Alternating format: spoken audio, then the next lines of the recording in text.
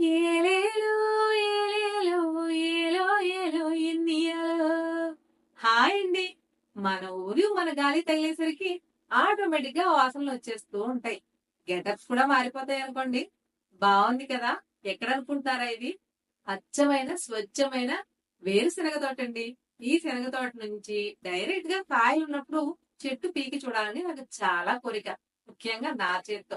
కానీ ఎప్పటికీ నెరవేరదేమో. ఎందుకంటే ఈ మొక్క తోట ఎన్నాళ్ళు అవలేదండి. చాలా చిన్న తోట.